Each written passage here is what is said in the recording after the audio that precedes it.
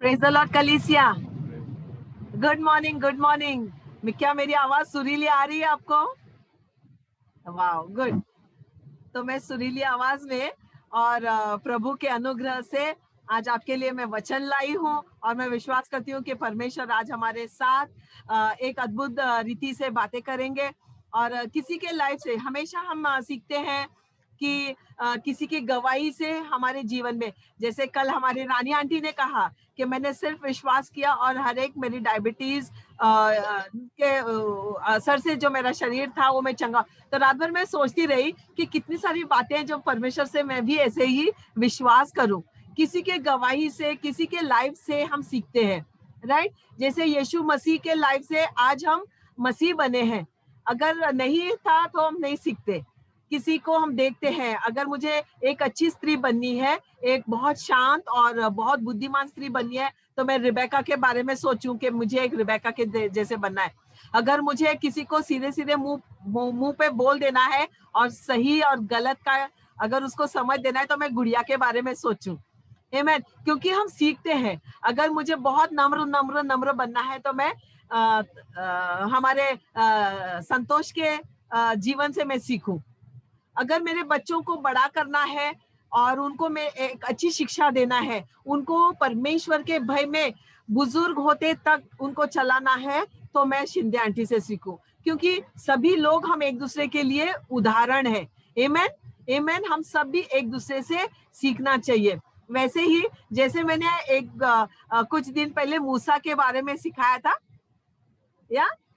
था कि मूसा के जीवन से हम क्या सीख सकते हैं, वैसे आज मैंने आपको एक नया मनुष्य तो नहीं है आपके लिए, आप उसके बारे में जानते हैं और कई बार हम उसके बारे में सीखे हैं, लेकिन आज थोड़ा सा हम उसको डिटेल्स में हम उसको उस पुरुष के बारे में सीखेंगे। तो ये है हमारा गिडियोन। ओके, हम गिडियोन के बारे में सीखेंगे, क्योंकि हम जानते हैं कि परमेश्वर हमारे जीवन में कार्य करता है।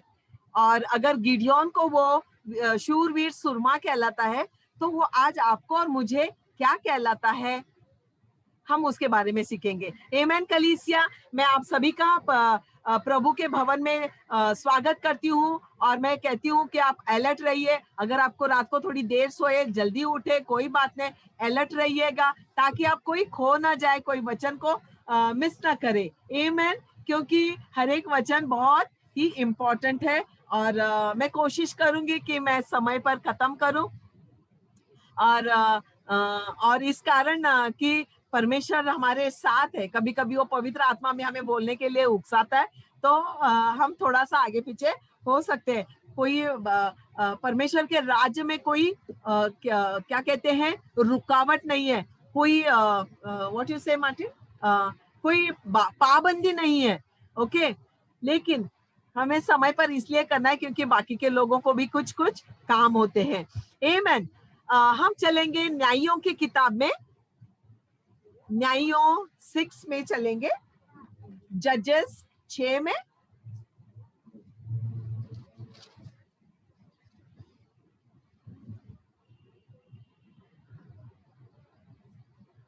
ओके, और हम वचन 1 से पढ़ेंगे।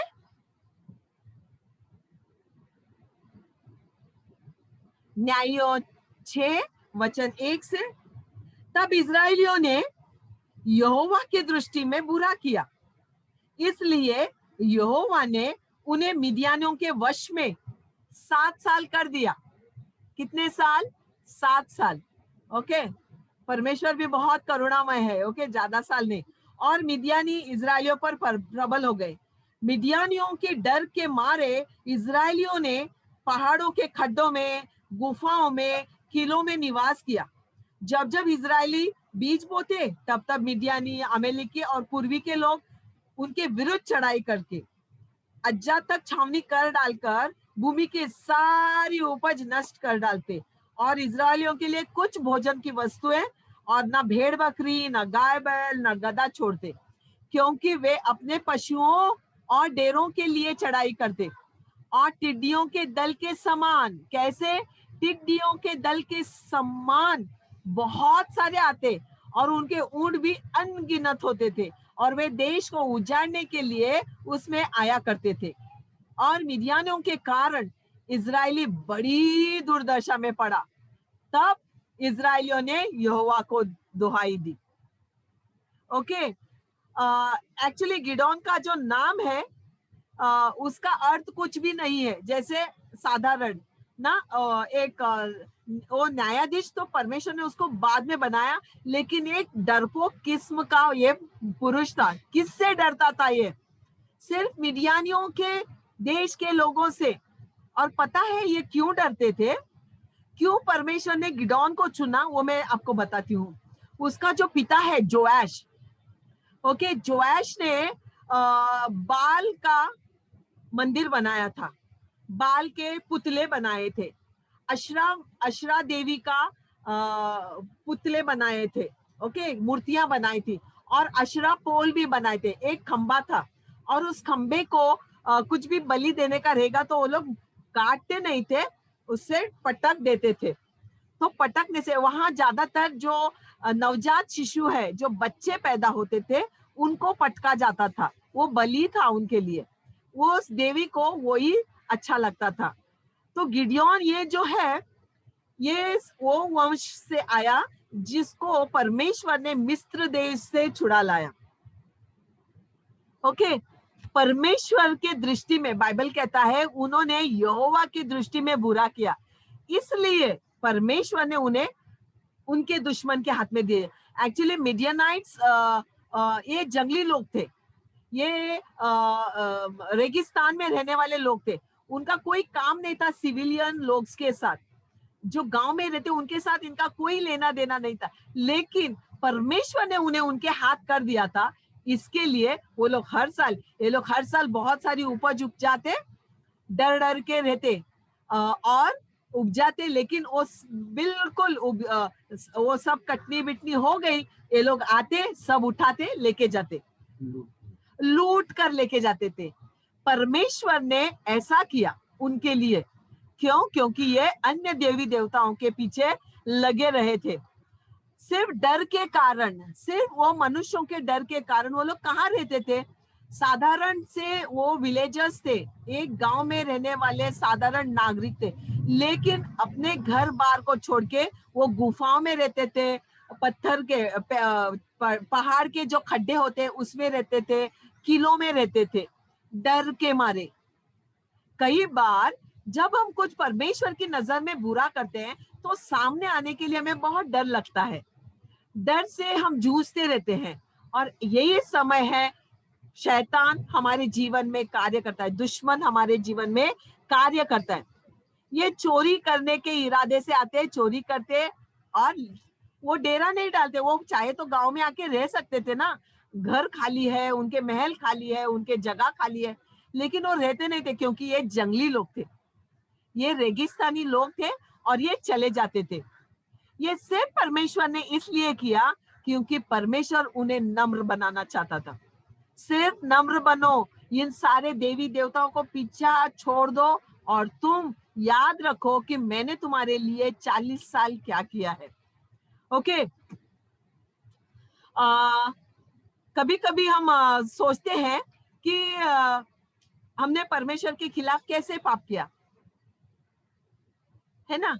हमें लगता है हम तो सब धर्मी, हम रोज कलीसिया में जाते हैं, प्रार्थना करते हैं, लेकिन हम जैसे कल किसी ने कहा कि हम हर दिन हम पाप करते ही है, हम कोई दूध से धुला हुआ नहीं है। लेकिन इसका मतलब ये नहीं कि परमेश्वर ने हमें शैतान के हाथ में कर दिया या शैतान को हम पर प्रबल किया, नहीं। बाइबल कहता है कि जब इजरायलियों को तकलीफ असहाय हो गई, सहन करने के बाहर हो गए, 7 साल, 1 साल, 2 साल, 3 साल, कभी कभी हम रुकते हैं, आराम से रुकते हैं, सोते हैं, बाइबल को सर के नीचे डाल के सोते हैं ना। परमेश्वर का 1 साल, 2 साल, 3 4 साल, 4 साल, 5 6 7, इतने साल रुकने की उन्हें जरूरत थी नहीं। उन्होंने देखा था, परमेश्वर ने उनके जीवन में चिन्ह चमत्कार किए थे। 40 साल उनके पूर्वजों के, उनके बाप दादाओं के जूते नहीं घिसे थे, उन्हें मन्ना मिला था, उन्हें चिकन मिला था, उन्हें सारा गार्लिक, लहसुन, सब अदरक सब परमेश्वर ने जंगलों में खिलाया था। इतनी सारी लूट मिस्र देशों की उनको दे दी थी। उनके भेड़ बकरियां जीवित थी, मुर्गियां अंडा दे रही थी, सब कुछ सही था 40 साल। लेकिन जहां वो रेगिस्तान से आए थे, वैसे ही रेगिस्तानी लोग इन पर अभी प्रबल हो रहे थे। जैसे रेगिस्तान में सांपों ने उनको मार डालने की कोशिशें की थी, बराबर, हाँ, वैसे ही परमेश्वर ने अब इनको तकलीफ देनी शुरू कर दी। कभी कभी हम सोचते हैं क्यों मेरे जीवन में तकलीफ है, क्यों ये नहीं हो रहा है, क्यों वो नहीं हो रहा है। क्या आपने परमेश्वर को दोहाई दी? क्या आपने परमेश्वर को पूछा कि परमेश्वर क्यों मेरे जीवन में इतनी तकलीफ है, क्यों ये सब ऐसा मेरे ऊपर विपत्ति पर विपत्ति, विपत्ति पर विपत्ति आ रही है? जब इनको ऐसा एहसास हुआ कि अभी हम मर जाएंगे भाई, ये सब लेके जा रहे हर साल, हम भूखे मर जाएंगे, हमारे बाल बच्चे मर जाएंगे, तब इन्होंने परमेश्वर को दुहाई देना शुरू कर दिया। और तब परमेश्वर ने तुरंत सुना। परमेश्वर सिर्फ वेट करता है कि आप मुझे आवाज लगाओ और मैं तुम्हारी बातों को सुनूं। बाइबल वचन 7 में लिखता है, जब इजराइल और मिद्यानियों के कारण यीशु परमेश्वर यहोवा को दुहाई दी, तब यहोवा ने इजराइलियों के पास एक नबी भेजा। तुरंत एक नबी को भेजा और नबी को कहा कि उनको क्या मैंने तुम्हें दासत्व से नहीं निकाला? क्या मैंने तुम्हें मिस्र से नहीं लाया? क्या मैंने मिस्त्रियों के हाथ से नहीं छुड़ाया? तुम्हारे पे जो जबरदस्ती करते थे, क्या मैंने उनको तुमसे अलग नहीं किया? क्या मैंने उनको बराबस खलास नहीं किया? तो इसलिए वो कहता है कि अब उनको कहो मेरी बात माने, मेरी बात मानो तो मैं तुम्हारे लिए सब कुछ फिर से अच्छा कर दूंगा। फिर यहोवा का दूत आकर कहाँ बैठा? उसके जो पिताजी का घर था, पिताजी के घर के पास, जोआश के घर के पास एक बांज वृक्ष था, वहां आके वो बैठ गया। स्वर्गदूत, आज आपका स्वर्गदूत किस पेड़ के तले बैठा है?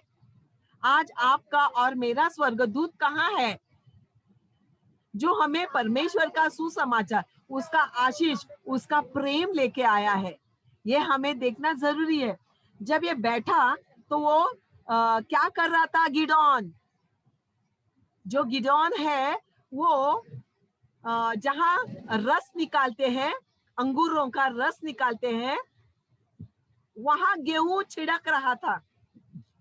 गेहूं खलियान में छिड़के जाते हैं, बराबर, गेहूं खुले मैदान में झाड़े जाते हैं ताकि वो हवा से उसका जो घास फूस है वो उड़ जाए और गेहूं बचे। ये उनके मिडियानों के डर से कि मैं थोड़ी सी गेहूं बचा लूं, ये गेहूं बचाने के चक्कर में गिदोन जहां रस कुंड है वहां गेहूं झाड़ रहा था, डर से। हम हमारे गेहूं कई बार हम हमारा जो काम है, काम का जन्म झाड़ते हैं कुछ अलग जगहों पे। ओके, क्यों हम खुलेआम नहीं कर सकते? कुछ चीजें हम चुप के करते हैं, किसी से तो डर के करते हैं। कई बार हम बहुत सारे हमारे जो एक्टिविटीज है हम चुपके से करते हैं। किससे डरते हैं? मनुष्यों से, मिदियानों से, जो हम पर प्रबल है। बाइबल कहता है ये डर रहा था गिडियोन। लेकिन परमेश्वर तो बहुत मन का क्या कहते हैं, दीन है, दयालु है, करुणामय है, प्रेमल है। उसने क्या किया? उसने आया और उससे कहा, उसको यहोवा ने के दूत ने दर्शन देकर कहा गिडियोन को, हाँ, हे शूरवीर सुरमा, हाय हाय हाय हाय, डरपोक को परमेश्वर कह रहा है हे शूरवीर सुरमा। क्या अजीब बात है ना? एक डरपोक इंसान को जो मनुष्यों से डर रहा है उसको कह रहा है हे शूरवीर सुरमा, यानी कि हे आर्मी नेवी के कैप्टन, यहोवा तेरे संग है, मैं तेरे साथ खड़ा हूं। हाँ, गिदोन ने कहा हे मेरे प्रभु, विनती सुन, यदि तू यहोवा हमारे संग होता तो हम पर विपत्तियां क्यों पड़ती? उसका सवाल करने का डेयरिंग तो देखो। थैंक यू नहीं बोला कि मुझे हे वीरशूर बोला कि मुझे ताकत आनी चाहिए। अगर कोई मुझे बोलता है आंटी आप कितना डेयरिंग हो तो मुझे बहुत अच्छा लगता है। लेकिन गिडॉन थैंक यू नहीं बोला, उसे क्या किया, हाँ, शिकायत शुरू कर दी परमेश्वर के खिलाफ। परमेश्वर कह रहा है शूरवीर शर्मा, मैं तेरे संग हूँ यार, क्यों डरता है, मैं हूं तेरे संग। लेकिन ये कहता है, अरे तू हमारे संग होता तो विपत्तियां क्यों पड़ती, और जितने आश्चर्य कर्म के वर्णन तूने मेरे पुरखाओं के साथ, मेरे बाप के साथ किया, हाँ, उनको तुझे छुड़ा लाया, अब ये तो नहीं रहे, लेकिन अब आया हमको तूने त्याग दिया क्या। कंप्लेन्स, परमेश्वर के ऊपर कंप्लेन, काम गलत आप करो और परमेश्वर को कंप्लेन आप करो। वो कहता है, ये तूने हमको मिडियानियों के हाथ में कर दिया है, हमारे दुश्मन हम पर प्रबल है। तब यहोवा ने उस पर दृष्टि करके कहा, अब परमेश्वर उसको देख कर कह रहा है, शूरवीर सुरमा, ओके, हे गिडॉन, अपनी इसी शक्ति से अगर तुझे मुझे सवाल करने का अगर ताकत है, और जो मैंने अभी तुझे शूरवीर सुरमा कहा है, उस ताकत से जा, अब तू जा और मिडियानियों के हाथों से सारे इजरायलियों को छुड़ा ला। अब परमेश्वर भी अपनी डेयरिंग बता रहे, अपना अस्तित्व उसको बता रहा है। अगर परमेश्वर ने आज ये हमसे कहा, हे शूरवीर कारमेन, जा तेरे देश को तू छुड़ा ला, मुझे अच्छा लगना चाहिए ना। और कहता है कि मैं तेरे संग हूँ। अगर परमेश्वर हमारे संग है तो हमें किसका डर है, आमीन। तो मिडियानियों के हाथ से छुड़ा ला। उसने कहा, हे प्रभु विनती सुन, फिर बोल रहा है, थैंक यू गॉड, तू मेरे साथ है, चल मैं करके दिखाता हूँ। जब तू मेरे बाप दादाओं के साथ था तो मेरे साथ भी है। नहीं, फिर बोलता है, मैं विनती करता हूँ तू मुझे मत भेज। क्यों? क्योंकि मैं मनस्से का कुल का सबसे गरीब दरिद्र मनुष्य हूँ, कंगाल हूँ। ओके, वचन 15 में कहता है, और मैं इस घराने का जोआश के बच्चों का मैं सबसे छोटा बेटा हूँ। ओके, अगर ये कहता है मैं सबसे छोटा बेटा हूँ, तो परमेश्वर इसे शूरवीर क्यों कह रहा है? अगर ये कहता है कि मैं कंगाल में से हूं, तो परमेश्वर इसे शूरवीर क्यों कह रहा है? यहोवा ने उससे कहा, निश्चय मैं तेरे संग रहूंगा, निश्चय मैं तेरे संग रहूंगा, श्योरली मैं तेरे साथ जाऊंगा, यार डर मत तू। कभी कभी हमें बच्चों को कहना पड़ता है ना, तू जा, मैं हूं ना, पक्का तू जा, पक्का चल, पक्का चल, ऊपर सीढ़ी पे चढ़ ले या लिख ले, जो भी हम कहते हैं बच्चों को, कहते हैं पक्का मैं हूं, तू, मैं देख रहा हूँ, तू चढ़। कभी कभी बच्चे हमारे स्लाइड पे चढ़ते हैं, है ना, फिर सी सॉ पे चढ़ते हैं, गार्डन में जाते हैं तो, राइट। कभी कभी वो राउंड घूमने वाला, तो हम कहते हैं नहीं नहीं पक्का तू जा ना, बच्चों मैं गिरूंगा, मैं गिरूंगा। हम बोलते हैं नहीं तू पक्का चल ना, तू चल, मैं हूँ, तू चल, मैं देखती हूँ। फिर वो बच्चा धीरे धीरे सीढ़ी चढ़ता है, फिर स्लाइड से नीचे उतर के फिर उसके ताकत आती है। वैसे ही परमेश्वर इस वक्त गिडॉन को कह रहा है। वो क्या कहता है, देखिए अभी गिडॉन का देखो परीक्षा, पहले बहाने हो गए, पहला कंप्लेन हो गया, फिर बहाने हो गए, अब उसकी परीक्षा, परमेश्वर की परीक्षा। वचन 7 में लिखा है, सॉरी 17 में लिखा है, 6 का 17 में, हाँ मिडियन, हाँ वचन 16 में मैं स्टार्ट करूंगी। यहोवा ने उससे कहा, निश्चय मैं तेरे संग रहूंगा, इसलिए तू मिडियानों को ऐसा मार डालेगा, सारे मिडियानों को ऐसा मार डालेगा जैसे कि एक ही मनुष्य हो। यानी कि वो जो अनगिनत आते थे उनको तू सपाक करके एक ही तलवार घुमाएगा, जैसे तूने एक ही आदमी को मार डाला है। लेकिन फिर भी परमेश्वर कहता है तो भी उसको डाउट, बोलते नहीं नहीं तू सच में मेरे साथ है क्या, तू सच में मेरे साथ है क्या। तो परमेश्वर उसको क्या करता है, वचन 17 में लिखा है, गिडॉन ने उसे कहा, यदि तेरा अनुग्रह मुझ पर हो तो मुझे इसका चिन्ह दिखा। अगर तू मेरे साथ है तो मुझे बता बाबा, सच में है कि नहीं है। भरोसा नहीं ना, क्या परमेश्वर सच में बातें कर रहा है, परमेश्वर सच में मेरे साथ है कि नहीं। जब भरोसा नहीं होता है तब हम बोलते हैं, प्रभु तेरा अनुग्रह मुझ पर दिखा। हम धन्यवाद नहीं करते, प्रभु धन्यवाद तेरे अनुग्रह के लिए, हमको दिखा। हमें साइंस, वंडर्स और मिरेकल्स की जरूरत पड़ती है। वैसे ही गिडॉन ने किया और उसने कहा, अगर तू चिन्ह दिखाएगा तो तू रुक, तू इधर ही रुक। परमेश्वर को रुका रहा है वो, अंदर घर में जा, अपने भेड़ बकरियों की शाला में जा रहा है, वहां से एक बकरा लेके आया। ओके, बोलते जब तक मैं तेरे लिए भेंट ना लाऊं तब तक तू इधर से हिलना नहीं। परमेश्वर को वेट करा रहा है अभी, तो रुक। लेकिन ये अच्छी बात भी है, ये इजरायलियों से हम क्रिस्तियों ने सीखा है कि अगर हमारे घर में कोई आता है तो हम उसे भेंट देते हैं, हम उसे चाय नाश्ता देते हैं, बराबर या ये जरूरी भी है। तो ये अपने परमेश्वर को देखो, दोनों काम साथ में कर रहे हो, परमेश्वर की परीक्षा भी ले रहा है, साथ में उसे भेंट भी दे रहे हैं। तो वो भेंट लेने गया, और जब भेंट लेके आया तो क्या लेके आया, देखिए वचन 19 में मैं पढ़ूंगी। उसमें लिखा है, मैं तेरे लौट, ये परमेश्वर उसे कहता है, तेरे लौटने तक मैं यहाँ रुका रहूंगा। कितना हॉनेस्ट है परमेश्वर। परमेश्वर हमारा इंतजार करते रहते हैं कि हम कब उसके लिए भेंट लेके आए, और जब हम उसके लिए भेंट लेके आएंगे तो हम विश्वास करना चाहिए कि वो हमारे साथ वहां है। आमीन, आमीन। ओके, तब गिदोन ने जाकर बकरी का एक बच्चा, कुछ अखमीरी रोटियां और जूस लेके आया बांज वृक्ष के नीचे, क्योंकि उसने उसको वहां देखा था। अब उसको क्या उसने किया, वो जो दाख रस निकालने वाला, जूस निकालने वाला उसका जो कमरा था, उधर से वो बांज वृक्ष के पास लेके गया। क्या परमेश्वर को इन सारी चीजों की जरूरत है, मांस रोटी जूस की? नहीं, उसको सिर्फ चमत्कार दिखाना है कि तुम्हारी भेंट से मैं क्या कर सकता हूँ, तुम्हारी भेंट में किस तरह स्वीकार सकता हूँ। ये उसने उस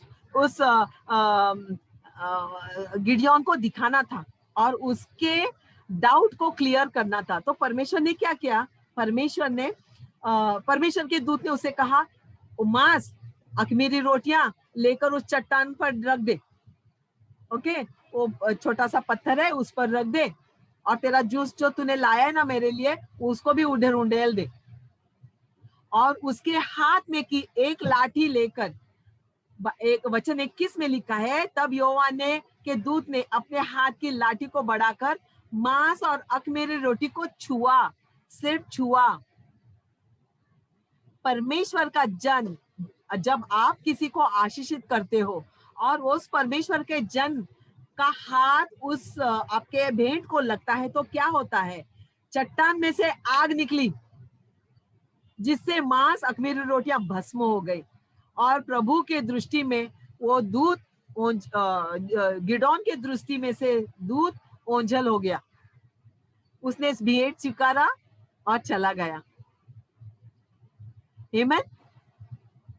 जब गिडोन ने जान लिया कि हाँ, अभी मेरे साथ परमेश्वर है, दूत साक्षात है, ओ अभी मैं कुछ तो कर सकता हूँ। गिडोन एक अच्छा इजरायली भी था।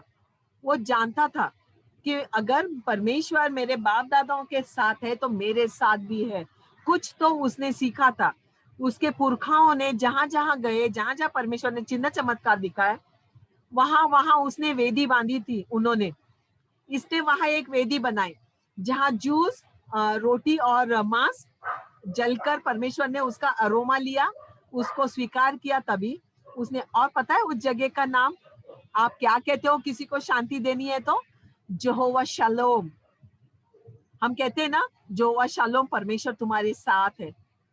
आमीन।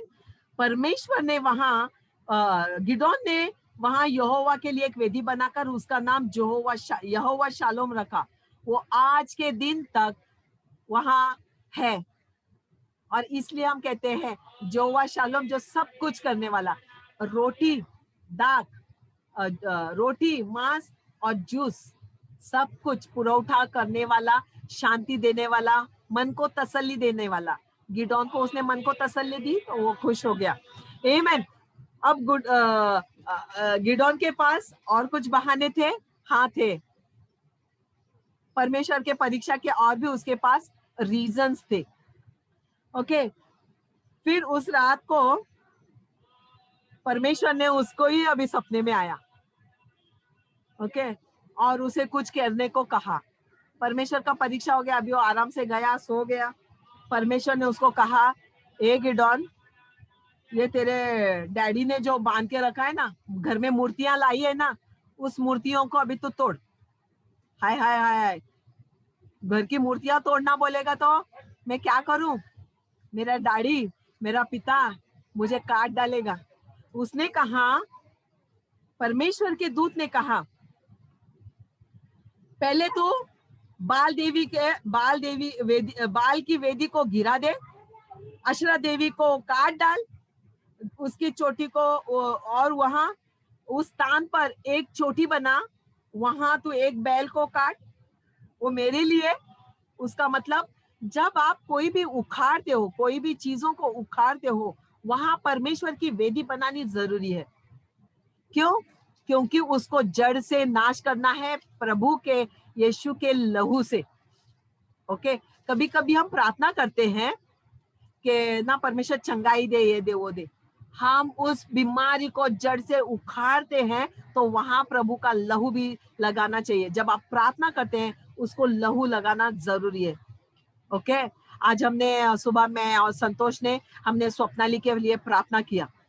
हम जानते हैं उसके हर वायरस को, हर बीमारी को, हर बुखार को यीशु मसीह ने उखाड़ दिया है, और हमने हमारी प्रार्थना को यीशु के लहू से बांध दिया है। अब कोई विपत्ति उस पर नहीं पड़ेगी। आमीन। तो उसने कहा कि उसको, तू उधर एक बैल काट, फिर दूसरा बैल लेके जा, और तेरे डैडी ने जो अशरा पोल बना के रखा है ना, जहां सब जादू टोने का काम होता है, हाँ, वो डंडे को अभी तो तोड़ डाल, और फिर उधर दूसरा बैल काट दे। ये गिडोन बाइबल में लिखा है, वचन 27। तब गिडोन ने अपने संग 10 आदमियों को लेके गया, परंतु लेकर गया, और यहोवा के वचन के अनुसार उसने किया, परंतु अपने पिता के घराने और नगर के लोगों के डर के मारे वह काम उसने दिन को न किया, रात को किया। हमको कुछ मूर्ति फेंकने का बोलेगा, सिस्टर रात को आ जाओगे क्या? हम रात को, हमारे घर की भी मूर्तियां हमने रात को लेके जाके फेंक दी है। हाँ, मार्टिन ने दिन में किया, मेरे घर की मैंने रात में की, बैंड्रा के खाड़ी में फेंक दिया। ओके, हमारे घर की मूर्तियां हम दिन को डरते हैं, क्योंकि लोग क्या बोलेंगे, घर के लोग क्या बोलेंगे। हमारे दिन भर के ना कुछ बोलते नहीं, हम रात को चुपके से पोटली बांधकर, कई बार जादू टोने के भी बहुत सारे काम मेरे घर में थे, मेरे पिताजी के। ओके, वो सारे नारियल, नींबू टिम्बू लाल लाल कपड़े में बांधे हुए थे। हमने बोला मम्मी को, अभी क्या करे? माँ मेरी बोली, तू फेंक दे बाबा।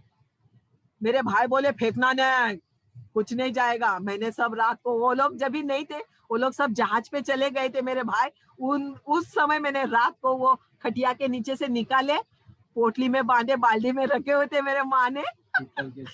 हाँ, वो सांप की अंगूठियां और क्या क्या, कोई कोई जगह से कुछ कुछ ताईज ये वो था हमारे घर में। रात को लेके जाके खाट में, मैंने ट्रेन पकड़ी, बैंड्रा में आई ट्रेन से। क्यों? क्योंकि ट्रेन में से फेंकने को आसान है, वहां वो बहता हुआ नाला है, और मैंने फेंका। ये जो गिडियोन है ना, मेरा भाई है। रात को फेंकने वाला। ओके, क्यों? क्योंकि देखो, परमेश्वर बोलने के बावजूद भी वो डर रहा था। हम सब डरते हैं घर के सारी ये चीजों को फेंकने के लिए, तोड़ने के लिए, हमें डर लगता है। जब तक ये टूटेगी नहीं, हमारे घर में आशीष नहीं आएगी, छुटकारा नहीं आएगा। इन जादू टोनाओं से हम क्या कहते हैं, श्राप मुक्त नहीं होंगे। ये निकलना हमारे जीवन से बहुत जरूरी है। हमारे बच्चे इसके लिए पीड़ित है, हमारा वंश इसके लिए पीड़ित है। हमारे बाप दादाओं के दादाओं के दादाओं के दादाओं के पिक्चर रखे हैं, सारे मर गए फिर भी पिक्चर रखे हैं। हमने घर में कब्रिस्तान बना के रखा है, सारे मरे हुए लोगों को जमा करके रख दिया है। रहने दो, मेरे बाप का बाप है। अरे वो अभी नहीं है ना, अपने बच्चों को, नाती पोतों को देखो ना, नहीं वो रहने दो, फेंकते नहीं है, अभी भी उनको हाथ चढ़ाते हैं, उनको धूप लगाते हैं ना। कई क्रिश्चियन घरों में अभी भी है। ओके, तो गिर पड़ी, उसने सब दिया। दूसरे दिन सारे इजरायली भाग आए, अरे भाई कौन तोड़ा, ये कौन तोड़ा, ये कौन फेंका? सबको पता चला ये जोएश का बेटा ने किया रहेगा। सारे उसको मारने के लिए आए, तो जोएश बोला, क्या तुम मेरे बेटे को मारने को आए? हाँ, क्या तुम उससे लड़ोगे? अभी वो लड़ते लड़ते तुम क्यों लड़ेगा? अगर ये परमेश्वर ने उसको बोला है तो परमेश्वर उसका न्याय करेगा। अगर बोला है, नहीं बोला है, परमेश्वर उसको सजा देगा। या तो बाल बाल भगवान देगा, अशरा देवी देगी, नहीं तो परमेश्वर यहोवा देगा। जोएश अब क्या कर रहा है? कॉम्प्रोमाइज कर रहा है लोगों के साथ। ये नहीं कह रहा है कि मेरे बेटे को परमेश्वर के दूत ने बोला है जाके करने को तो उसने कर दिया। नहीं, कभी कभी घर के जो डैडी होते हैं ना, ये भी ऐसे चलेगा ना, थोड़ा सा करेगा तो चलेगा, ये करेगा तो चलेगा। वो कभी कभी हम बच्चों को देखते हैं, यहाँ वहां छेदते रहते हैं। हमारे बच्चे देखती हूँ आजकल हमारे कलीसियाओं में, हमारे नहीं, हाँ, बाहर के कलीसियाओं में, अमेरिकन स्टाइल कलीसियाओं में यहाँ वहां टैटू निकालते हैं। अभी भी जब परमेश्वर का वचन कहता है कि तुम तुम्हारे शरीर पर कोई भी खुदाई ना करना, क्योंकि उस पर उगने वाला, छाती पर तुम्हारे उगने वाला एक भी बाल तुमने नहीं उगाया है, मेरे आज्ञा से उतरा है। ओके, हम कई बार देखते हैं कि कई जगहों पे अभी भी हमारे पास्टर लोग डरते हैं बच्चों को कहने के लिए। हमारे जो बड़े बुजुर्ग होते हैं, अरे कितना अच्छा टैटू है, नाक में इधर एक खड्डा, इधर एक खड्डा, होंठ को खड्डा, आंख को खड्डा, सब जगह वो क्या बोलते हैं, वो रिंग्स डालते हैं। गलत। हाँ, एक नोज रिंग है, ठीक है, चलो आपने कहीं तो कभी बचपन में बनाया, ठीक है, उसको अभी ज्यादा खुदवाने की जरूरत नहीं है। हमारे बच्चे स्कूल जो जाते हैं छोटे पट्टे, वो टैटू बनाते हैं, मेहंदी का टैटू, और हम उनको, हाँ बहुत अच्छा लग रहा है। हाथ पर मेहंदी लगाई जाती है, बाइबल में भी लिखा है, तेरे हाथ कितने सुहाने हैं जिस पर मेहंदी है, और उस मेहंदी की स्मेल मुझे अच्छी लगती है। दाऊद और उसका बेटा सोलोमन ने लिखा हुआ है। लेकिन आपके बच्चे टैटू निकालते हैं, च्युइंगम लाते, बबल गम, उसका टैटू इधर लगाते हैं। हम कुछ नहीं बोलते हैं टैटू लगाए से। वो टैटू किसका लगाया? सिंचान का। और सिंचान कहता है मेरी चड्डी खोल के देखो, मेरा बम देखो। तो ये अशरा वाले, ये जोएश जो है वो अभी कॉम्प्रोमाइज कर रहे हैं। परमेश्वर का वचन वो कहता है कि अगर बाल आप ही उसका वाद विवाद करेगा, वो दोनों भगवान लड़ने दो, मेरे को कुछ नहीं पड़ा है। जोएश कहता है वचन 32 में। ओके, फिर परमेश्वर ने इसको जब ताकत दिया गिडोन को, तो गिडोन ने क्या किया?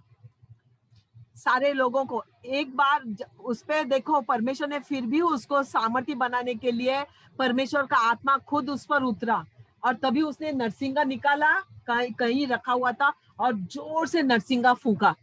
बिना पवित्र आत्मा के हम नरसिंगा नहीं फूंक सकते। तभी दुश्मनों को डर लगने लगा, नरसिंगा क्यों फूंका गया? तो जो सारे इजरायली थे वो सारे साथ हो गए और बोले क्या बात है, क्या बात है, क्या बात है? बोले नहीं, हम मिडियानों के विरुद्ध में अब लड़ने जा रहे हैं।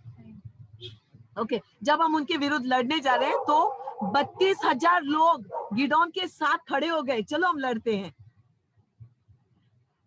परमेश्वर ने कहा, अब परमेश्वर को अपनी परीक्षा देनी थी, तो परमेश्वर ने क्या किया? आप चैप्टर 6 और 7 बाद में पढ़ना, क्योंकि मैं थोड़ा टाइम के कारण मैं पढ़ नहीं पा रही हूँ। ओके, गिडोन बोलेगा, अरे मैं और मेरे लोगों ने लड़ाई जीती है ना?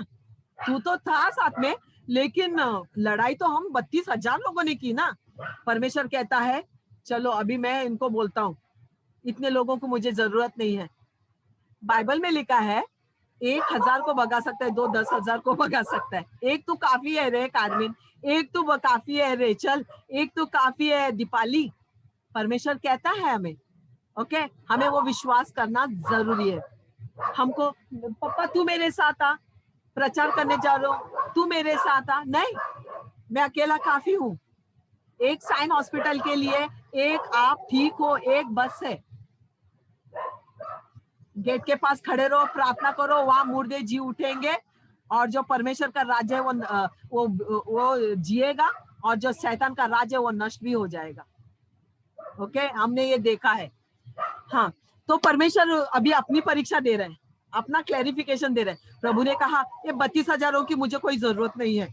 गिडोन, उसने बोला चल इनमें से पूछ कितने जन को लड़ाई से डर लगता है, थरथराते हैं? तो उसमें से पता है कितने लोग निकले वहां? हाँ, वहां से कम से कम 22,000 लोग निकल गए। वचन चैप्टर 7 में वचन 3 कहता है तब 22,000 लोग लौट गए, केवल 10,000 अभी गिडियोन के पास बचे। 32,000 में से 22,000 गए, गायब। ओके, आज हमारे पास कितने? 22,000 थे। 32,000 में से कितने भाग गए डर के लड़ाई से? 22,000 भाग गए। कितने बचे?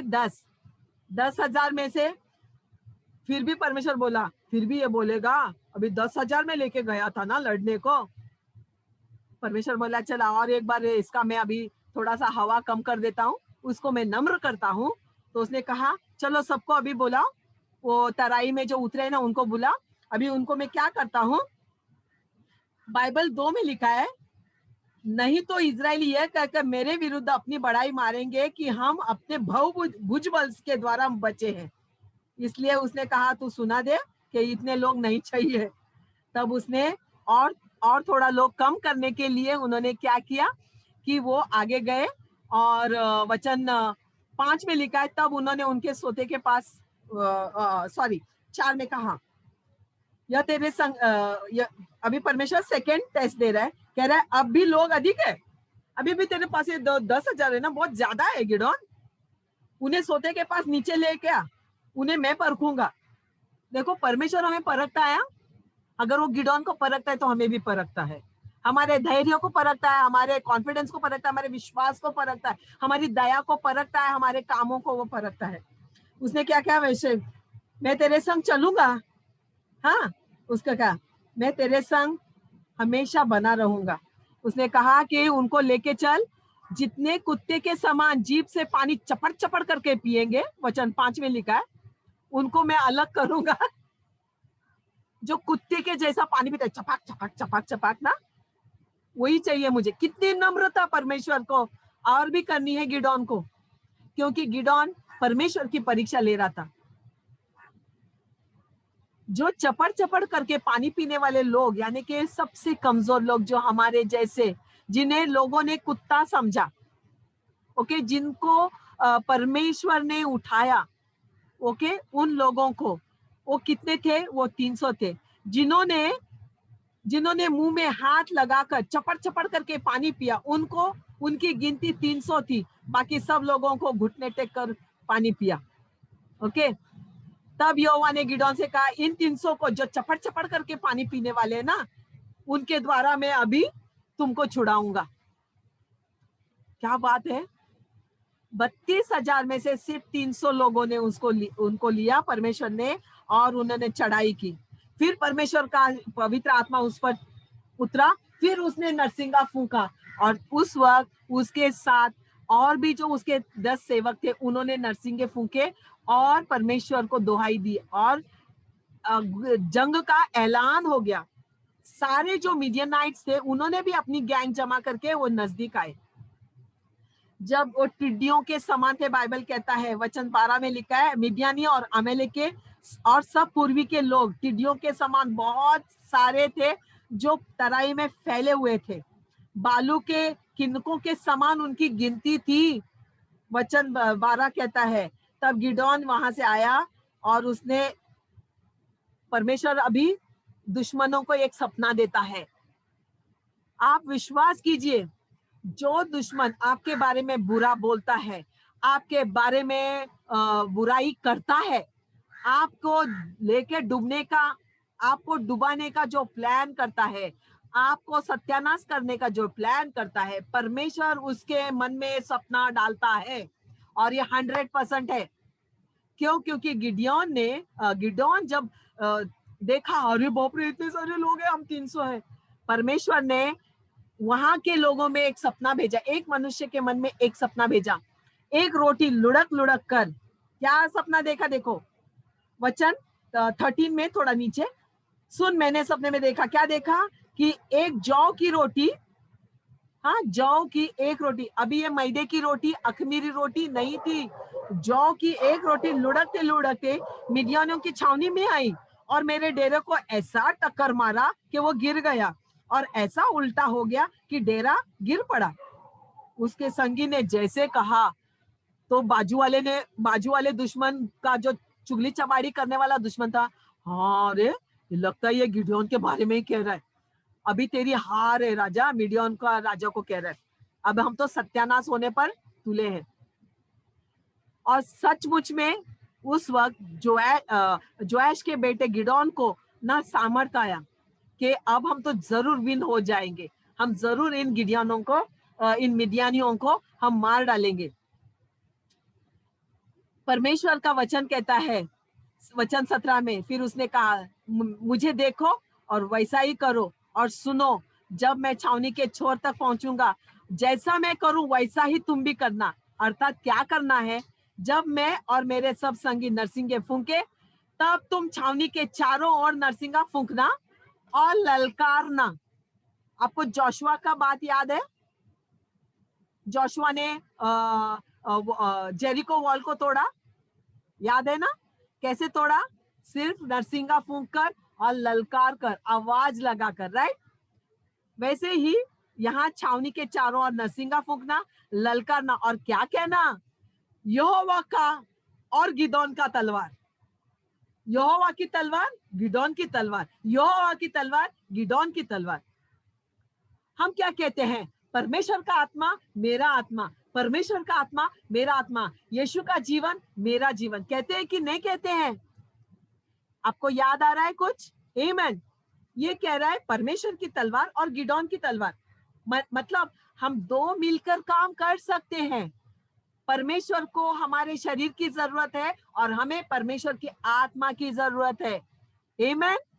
तब हम जब दो जन मिलकर ये सारे दुश्मनों का सत्यानाश कर सकते हैं जो हम पर हावी होते हैं। ओके, उन्होंने क्या किया? वो सिर्फ 100 लोगों को लेके गया और उस छावनी के ओर उसने नरसिंगा फूंका और उनको वो क्या हो गए? जब उन्होंने ललकारा यहोवा के वचन 20 में, यहोवा की तलवार और गिदोन की तलवार, तब वे छावनी के चारों ओर के साथ सारे लोग दौड़ने लगे, भागने लगे, सब छोड़ छाड़ के वो लोग भागने लगे।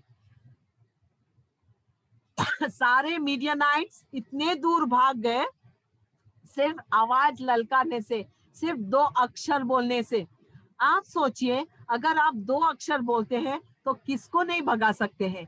कैंसर को भगाएंगे, कोरोना को तो सत्यानाश कर ही दिया है। अभी जो नया कुछ बोल रहा है, वो जो आंख फोड़ने वाला, उसके आंख को आप फोड़ना है सिर्फ आवाज लगा के, उस बीमारी को सत्यानाश करके।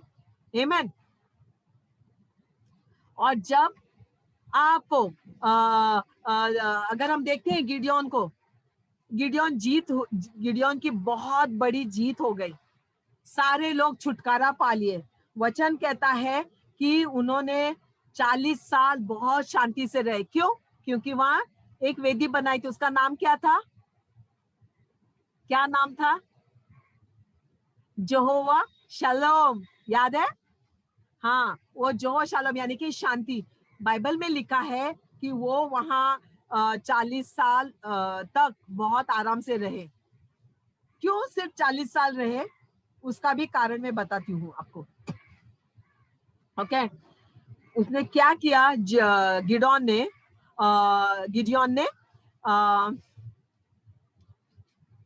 ये भी आपको बताती हूँ।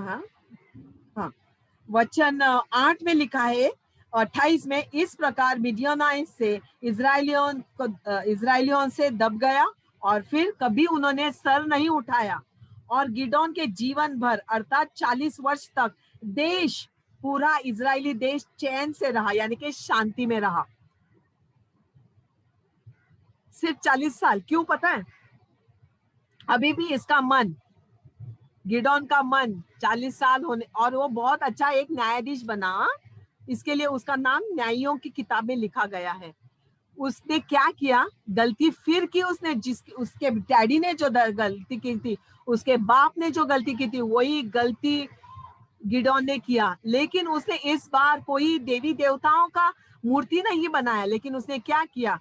उसने सारे लोगों को कहा जो सोना हमने लूट लाया है ना मीडियन आयों का, उनमें से खाली इयररिंग्स लेके आना, इयररिंग्स। ओके, खाली इयररिंग। वचन 20 में लिखा है, जो सोने की बालियां है उसने मांग ली, उनका तौल 1100 शेकेल हो गया। उनको छोड़, उसने चंद्रहार, जो राजाओं को मारा था उनके गले में जो चंद्रहार था वो लेके आए। झुमके और बैंजनी वस्त्र जो राजा पहनते उनको लेके आया था। ओके, और इन बालियों से, कान इयररिंग से उसने क्या किया, एक इपॉड बना दिया। इपॉड ये है जो हम लड़ाई में जाते हैं तो एक इपॉड पहनते हैं, ये याजक भी पहनता है। ये उस समय याजक को खास जब सभा होती थी तो वो इपॉड उसको पहनाया जाता था, यानी कि वो एप्रन की तरह होता था। जैसे हम खाना पकाते समय एप्रन डालते हैं, इधर बांधते हैं, वैसे ये इपॉड था। उसके दोनों स्लीवलेस था, उसके हाथ डालने का, गले में डालने का, और इधर एक बेल्ट हुआ करता था, वो इपॉड। उसके ऊपर का एक एप्रन था, वो उसने बनाया। सोने का जरूरत थी नहीं, उसे बताना था कि हमने मिडियनों के ऊपर जय पाई है। और वो इपॉड के ऊपर जादू टोने फिर से होने लगे। लोग इपॉड को पूजने लगे। कभी कभी हम देखते हैं वहां परमेश्वर नहीं होता है। कई कई मंदिरों में मैंने देखा, मेरे फ्रेंड के घर में देखा, परमेश्वर नहीं है लेकिन उसके छोटे छोटे चप्पल है। मैं सोचती हूँ परमेश्वर का इतना सा छोटा पैर, लकड़े के चप्पल है। और एक के घर में, वो जो मेरी फ्रेंड है उसके घर में, किसके बड़े तो पादुका है, इतने बड़े लकड़े के, कांच के इसमें रखा है। कहीं कहीं हम जाते हैं, कहीं कहीं मंदिरों में, तो वहां उसकी लकड़ी रखी है, कुछ चिल्लम रखा है, तो कोई बाल रखे हैं कई जगहों पे, कुछ जगह पे उसके कपड़े रखे हैं ना।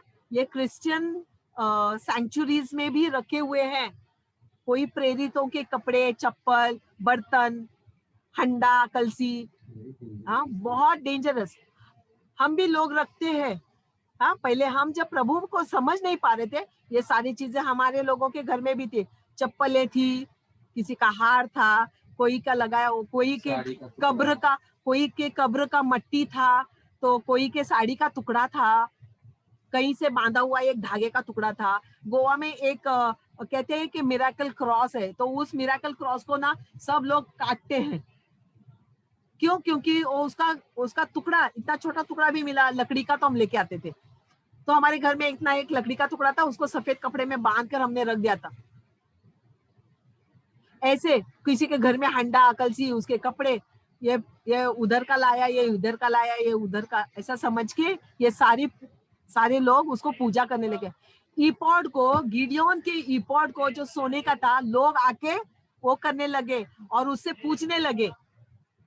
जैसे जादू मंत्र वाले के पास जाकर पूछते हैं, मेरे घर में बच्चा आएगा क्या, कभी आएगा, मेरी बहू को ऐसा है वैसा है। ओके, तो ये बातें वो ईपॉड के साथ होने लगी, और ईपॉड एक वस्तु बन गया, एक मूर्ति बन गया। इसके लिए परमेश्वर को बहुत बुरा लगा। फिर उसने कहा कि फिर से तू वही किया है, फिर से तेरे को यही करना था। बाल देवता को जो पीछे छोड़ के आए थे, तुमने फिर से उसको रख लिया। क्या करना था उसको? अब परमेश्वर को बहुत बुरा लगा इस बात का कि परमेश्वर को छोड़, उसने कहा मुझे छोड़ और कोई नहीं। ओके, कई बार हम लोगों को पूछते हैं। ओके, कोई हमारे घर में पंडित आते हैं, कोई हमारे घर के दादा दादी आते हैं, हम पैर छूते हैं। मैं कहती हूँ, क्यों पैर छूते हो आप? क्यों गले नहीं लगाते? क्यों अपने छाती से उनको नहीं बताते कि मैं तुमसे प्रेम करता हूँ? क्यों बड़े लोग विश्वास करते हैं कि तुम भाई सर पे पल्ला लेकर मेरे पैर छुओ तो फिर मैं तुम्हारे सर पर हाथ रखूंगा।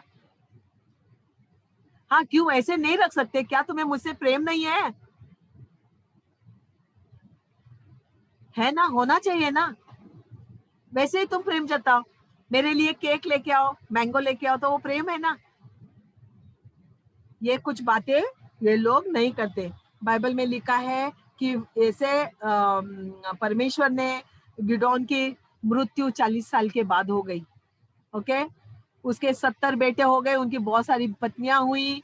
ओके, बहुत सारा झगड़ा हो गया। वो यूपॉड के कारण भी झगड़ा हो गया क्योंकि वो सोने का था। ओके, बाइबल में वचन 8 चैप्टर 8 में वचन 23 लिखा है, गिदोन के मरते ही इजरायली फिर एक व्यभिचारिणी, एक वेश्या के समान बाल देवताओं के पीछे हो गया। यानी कि वो एक अच्छा लीडर नहीं बना। एक घर का याजक पूरी तरह से याजक होना जरूरी है, आधा अधूरा नहीं।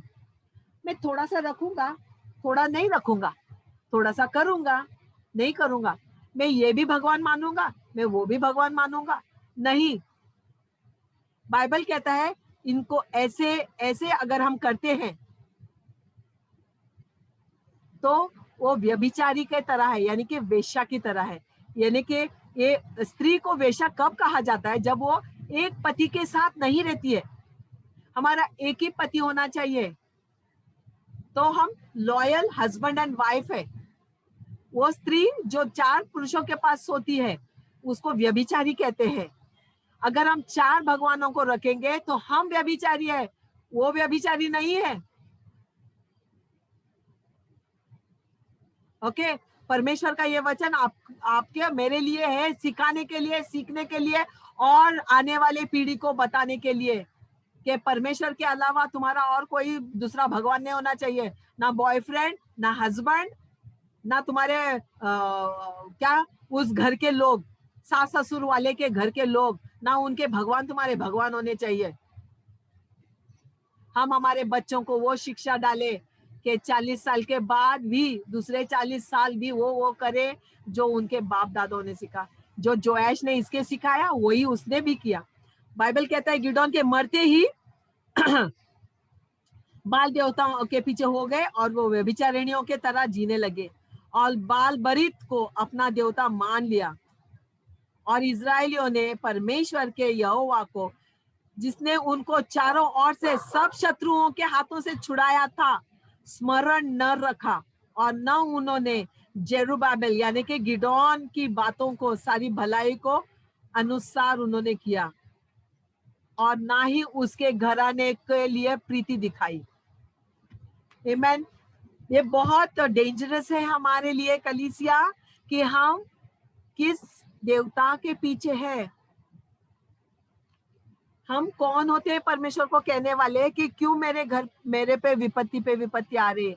हम तभी कह सकते हैं जब हम जानते हैं कि हम कुछ सही नहीं कर रहे। आमेन।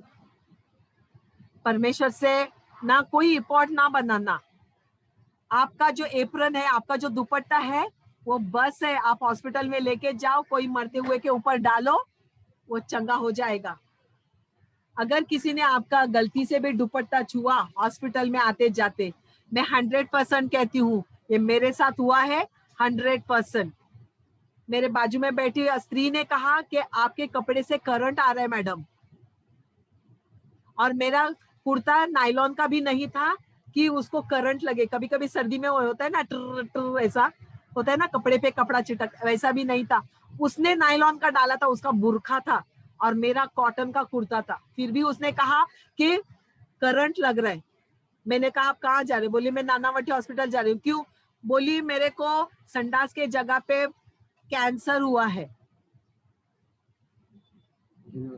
हाँ, उसको बोलते हैं एनल कैंसर, यानी कि वो जो पुट्ठा होता है जहाँ से हम टट्टी करते हैं, उसको कैंसर हो गया था। मैंने कहा इसका मतलब है मेरा परमेश्वर यहोवा यीशु मसीह आपको चंगाई दे रहा है बहन, आप आज जाओगे। बोली आज डॉक्टर ने कहा है कि उसको काटना है। मैंने बोला आज काटने के बाद वो फिर से कभी नहीं बढ़ेगा और आप चंगे हो जाओगे। उसके लिए मैं नानावटी हॉस्पिटल के सॉरी नायर हॉस्पिटल के पास उतरी, दूसरी बस पकड़ी, मेरा और 10 रुपया गया, नो प्रॉब्लम। वो नायर हॉस्पिटल में जा रही थी ऑपरेशन कराने। सारे रिपोर्ट्स उसके पास थे, बहुत परेशान थी, और मेरा करंट उसको ज्यादा था, मेरे को नहीं पता था। मैंने उसको प्रार्थना किया, मैंने कहा जिंदगी में कभी भी आपको कोई भी मसीह भाई बहन मिले, आप जरूर याद करना कि यीशु ने आपको चंगा किया आज। तो बोली बहन मैं आपको बहुत बहुत याद करूंगी, आपका चेहरा मेरे आंख से जाएगा नहीं। मैंने बोला आप हॉस्पिटल में जब सोओगे तब भी मेरा चेहरा आपको दिखेगा, डॉक्टर ने आपको इंजेक्शन देंगे आपको सुला देने का, तब भी आपको मेरा चेहरा दिखेगा, क्योंकि परमेश्वर मेरे भीतर है और वो कार्य करता है। आपका दुपट्टा बस है, आपको कोई पॉट बना के रखने की जरूरत नहीं आपके बच्चों को। आप एक जीता जागता उदाहरण है कलीसिया, जो आपके बच्चों को दिखाई देगा। मेरी मम्मी चिन्ह चमत्कार तब करती थी, मरते दम तक किया, और अब हम करेंगे। आपको इफोर्ड बनाने की जरूरत नहीं। क्यों? क्योंकि आने वाले 40 साल हमारे बच्चों के लिए है। हम 40 साल जिए, 40 साल यानी कि उस समय का एक लाइफ लिमिट होता था जो परमेश्वर ने हमारे लिए किया, लेकिन हम ज्यादा उसे जिएंगे। ओके, कलीसिया बी रेडी। कोई भी अगर मूर्ति आपके घर में ऐसे है जिसको अभी भी आपका जीवन में सल रहा है, आपको डर लग रहा है फेंकने को, करने को, तो मैं कहती हूँ परमेश्वर से सामर्थ मांगो, गिडियोन की तरह एक भेंट लेके जाओ, सामर्थ मांगो। जब उसका सामर्थ तुम पर आएगा तब आप नरसिंगा फूंकोगे, बोलेगा चल उठा, अभी उठा, फेंक दे। ओके, तब तक नहीं कर पाएंगे हम। ओके, नरसिंगा फूंको। आपके भाई बहन को भी एक, कभी कभी हम देखते हैं हमारे भाई बहन भी एक मूर्तियों की तरह बैठे हैं घर में, कुंडी मार के सांप की तरह। नरसिंगा फूंको, उनको कहो क्या, कब तक तुम ऐसे बैठे रहोगे, कब तक तुम अपाइज बन के मेरे ना घर में रहोगे, या मेरा खाओगे, मेरा पियोगे। उठो, नरसिंगा फूंको।